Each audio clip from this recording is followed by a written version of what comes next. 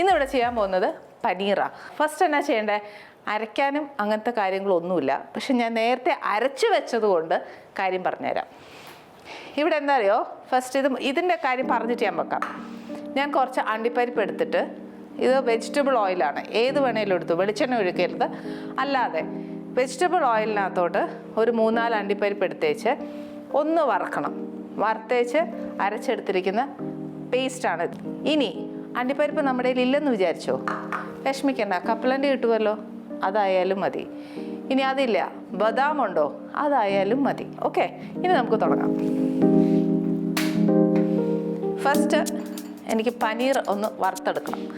വറക്കണം എന്ന് മസ്റ്റൊന്നുമല്ല, പക്ഷെ വറുത്തെടുത്ത് കഴിഞ്ഞുള്ള ഗുണം എന്നാണെന്നറിയോ, ഇത് പൊടിഞ്ഞു പോരുകയില്ല, അല്ലെങ്കിൽ ചിലപ്പോൾ പൊടിഞ്ഞു പോകും.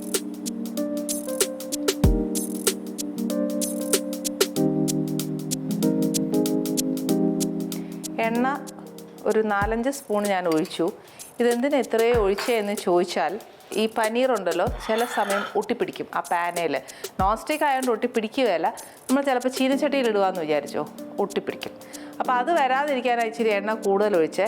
പിന്നെ എന്തിനാ നോൺ സ്റ്റിക്ക് പാനിൽ ഇത്ര എണ്ണ ഒഴിച്ചതെന്ന് ചോദിച്ചാൽ, ഇത്രയും പനീറില്ലേ ഒന്നിച്ച് വറുത്തെടുത്താമെന്ന് വിചാരിച്ചാൽ.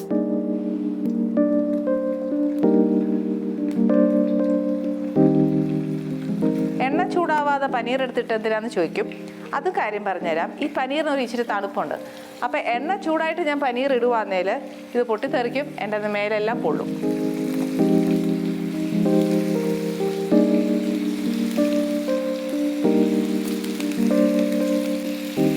ഇത് ഇച്ചിരി തണുപ്പുള്ളതുകൊണ്ട് ഇച്ചിരി സമയം എടുക്കുവേ.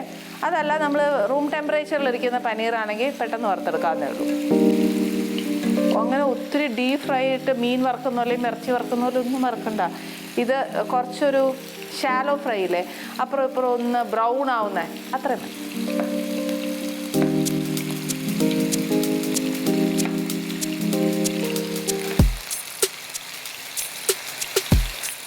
വേണ്ടേ, അത് മൂത്ത് തുടങ്ങിയേ, നോക്കിക്കോ, അത്രയും മാത്രം മതി. 2 സൈഡും, അല്ലെങ്കിൽ ഇപ്പോൾ നമ്മൾ പനീർ മൂപ്പിക്കുന്നത് 2 സൈഡായാലും മതി. അതല്ല 4 സൈഡും മുരിച്ചെടുക്കാൻ പറ്റുമെന്നുണ്ടെങ്കിൽ ഓക്കെ, അറ്റ്ലീസ്റ്റ് 2 സൈഡെങ്കിലും മുരിയണം, എന്നാലേ അത് പൊട്ടി പോരാതിരിക്കത്തുള്ളൂ.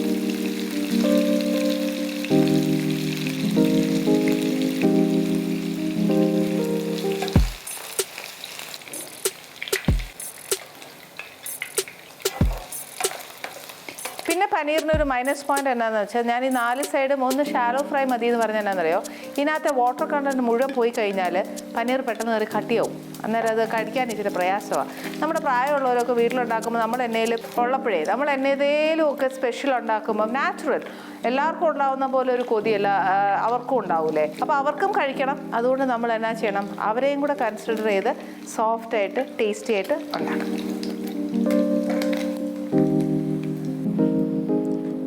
ഓക്കെ, പനീർ ഫുൾ വറുത്തു. ഇനി എന്നാ ചെയ്യാൻ പോകുന്നതെന്ന് വെച്ചാൽ, 2 ക്യൂബ് ബട്ടർ ഇടാം. എണ്ണ ഉണ്ട്.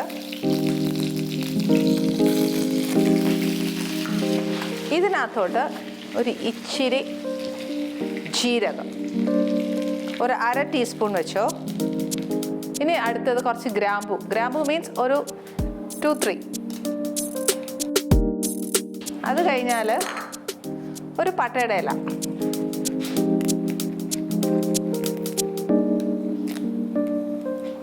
ഇതിൻ്റെ കൂടെ പട്ടയുടെ ഇലയും പട്ട ഒരു 1/2 കഷ്ണം മതി, ഒരു വലിയ കഷ്ണത്തിൻ്റെ. ഇതിൻ്റെ കൂട്ടത്തിൽ ഒരു 2-3 ഏലക്ക. നോർത്ത് ഇന്ത്യൻസ് ഇതിൻ്റെ കൂടെ ഒരു എന്താ പറയുക, മോട്ടി ഇലായിച്ചി എന്നും പറഞ്ഞിട്ട് വലിയ ഏലക്ക കിട്ടും, അതും കൂടെ ഒരെണ്ണം ഇടുവേ. പക്ഷെ നമുക്കത് വേണ്ട, ഒത്തിരി ഏലക്കയുടെ ഫ്ലേവർ വരും. ഇതങ്ങോട്ടായി കഴിയുമ്പോഴത്തേന്, ഇത് ആ സ്ലോ ഫ്ലെയിമേ വെച്ചേച്ചുണ്ടല്ലോ, ഇത്രയും അങ്ങോട്ടും ഇങ്ങോട്ടും നടക്കുമ്പോഴത്തേന് ഇതങ്ങ് മൂക്കും. അപ്പോഴത്തേക്കും ഉള്ളി,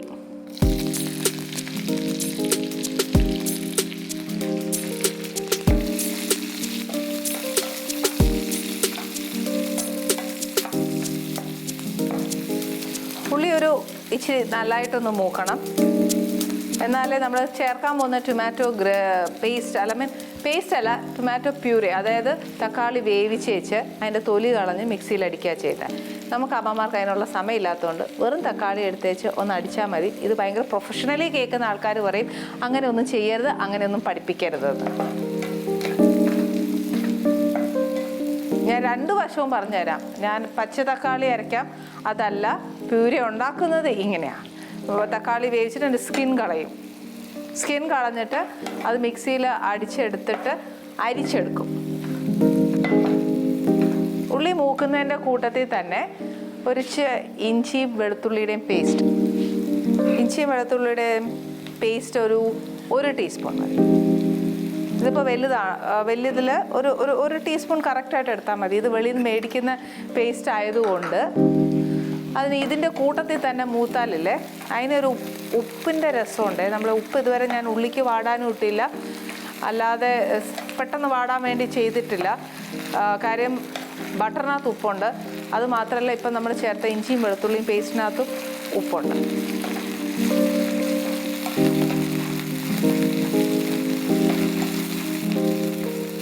ഇതിൻ്റെ മൂപ്പ് എങ്ങനെയാണെന്ന് പറഞ്ഞാൽ വാടുവല്ല ചെയ്യുന്നത്. എന്നാൽ ബിരിയാണിയുടെ അത്രയല്ല, ഇച്ചിരി ഒന്ന് മൊരിയണം, എന്നാലേ ഗ്രേവി തിക്കാവത്തുള്ളൂ. ടൊമാറ്റോയുടെ ഇതല്ല പ്യൂറ എടുത്തിരിക്കുന്നത്. അന്നേരം ഇതിൻ്റെ കൂടെ ചേരുമ്പോൾ ഒന്ന് കുഴഞ്ഞു വരുവേ. അതുകൊണ്ട് ഇത് ഇച്ചിരി ഒന്ന് മൂക്കണം. ഇത് കുറച്ച് മൂത്ത് നോക്കിയേ, ഈ ഒരു പരുവം മതി. ഇത് മൂത്ത് കഴിയുമ്പോഴത്തേന് കുറച്ച് മഞ്ഞൾപ്പൊടി. ഇതിൻ്റെ കളവ് എങ്ങനെയാണെന്നറിയോ? ഇതിപ്പോൾ ഞാൻ ഇത്രയും പനീർ എടുത്തിട്ടുള്ളൂ, ഒരു 1/2 ടീസ്പൂൺ എടുത്തു. കുറച്ച് മുളക് പൊടി, അത് 1 ടീസ്പൂണ്. കുറച്ച് മല്ലിപ്പൊടി, അതും 1 ടീസ്പൂൺ.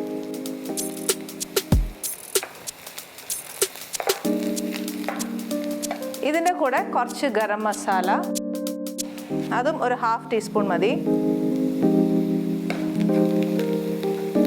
ഇതും കൂടെ മൂത്ത് കഴിയുമ്പോൾ ഒരു ഇച്ചിരി ജീരകപ്പൊടി. ആദ്യം ജീരകം ചേർത്തിട്ടുണ്ട്, പക്ഷെ എന്നാലും ഒരു ഫ്ലേവറിങ് ഏജൻ്റായിട്ട് ഒരു ഇച്ചിരി, അതൊരു 1/4 ടീസ്പൂൺ മതി. ഇതൊക്കെ നമ്മൾ ഇച്ചിരി ഫ്ലെയിം കൂട്ടി ചെയ്യുകയാണെങ്കിൽ പെട്ടെന്ന് മൂത്ത് കിട്ടുവേ. ഇതിൻ്റെ കൂട്ടത്തിൽ നമ്മൾ ഈ അരച്ച് വെച്ചിരിക്കുന്ന ടൊമാറ്റോ,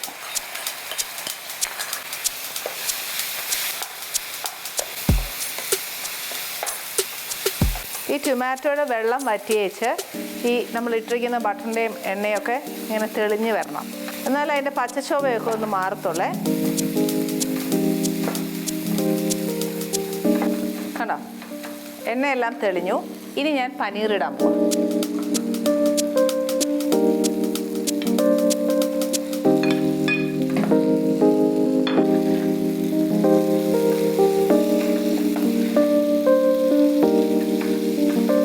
പനീർ ഇട്ട് ആ മസാലയായിട്ട് ഫുൾ മിക്സ് ചെയ്ത് കഴിയുമ്പോഴത്തേക്ക് നമ്മൾ അരച്ച് വെച്ചിരിക്കുന്ന അണ്ടിപ്പരിപ്പ്,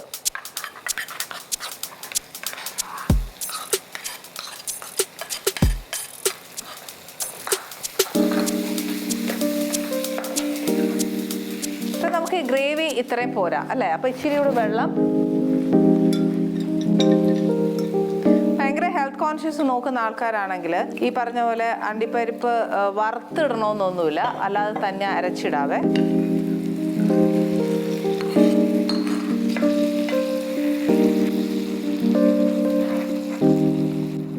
ഇത് ശരിക്കും ഞാൻ ചെയ്തത് കാജു പനീറാണ്. കാജു മീൻസ് അണ്ടിപ്പരിപ്പ്, അതാ ചെയ്തത്. പക്ഷേ ഇത് ഹെൽത്ത് കോൺഷ്യസ് ആയിട്ട് നോക്കുന്നവർക്ക് നട്ട്സ് കഴിക്കാം, കുഴപ്പമൊന്നുമില്ല.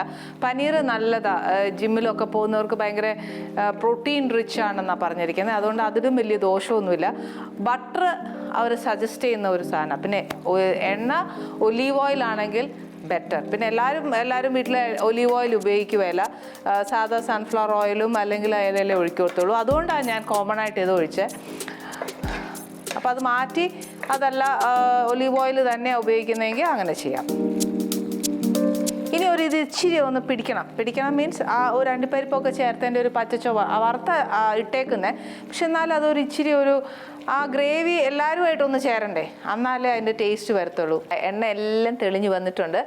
ഈ സമയത്ത് നമുക്ക് ഇതിൻ്റെ ഒരു മണം വേണ്ടേ നല്ലേ? പക്ഷെ അതിനൊരു നോർത്ത് ഇന്ത്യൻ ആകുമ്പോൾ കുറച്ച് കസൂരി മേത്തി ഇടുന്നത് നല്ലതാണ്. ഒരുപാട് ഇടരുത്, കഴിക്കും.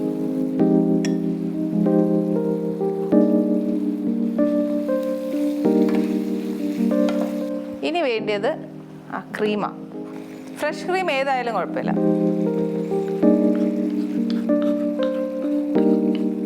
ഇന്ന ബ്രാൻഡ് തന്നെ വേണം അങ്ങനെയൊന്നുമില്ല കേട്ടോ.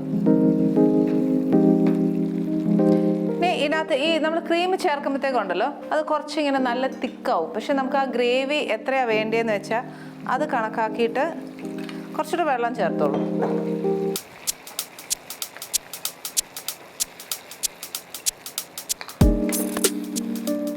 കസൂരി മേത്തിയും ജീരകവും ഒക്കെ ഇട്ട് കഴിഞ്ഞാൽ പിന്നെ ഇതിന് ചേരുന്ന ഒരേ ഒരാളേ ഉള്ളൂ, മല്ലിയില. അത് ഫ്രഷായിട്ട് കുറച്ചൊന്ന് അരിഞ്ഞിടാം.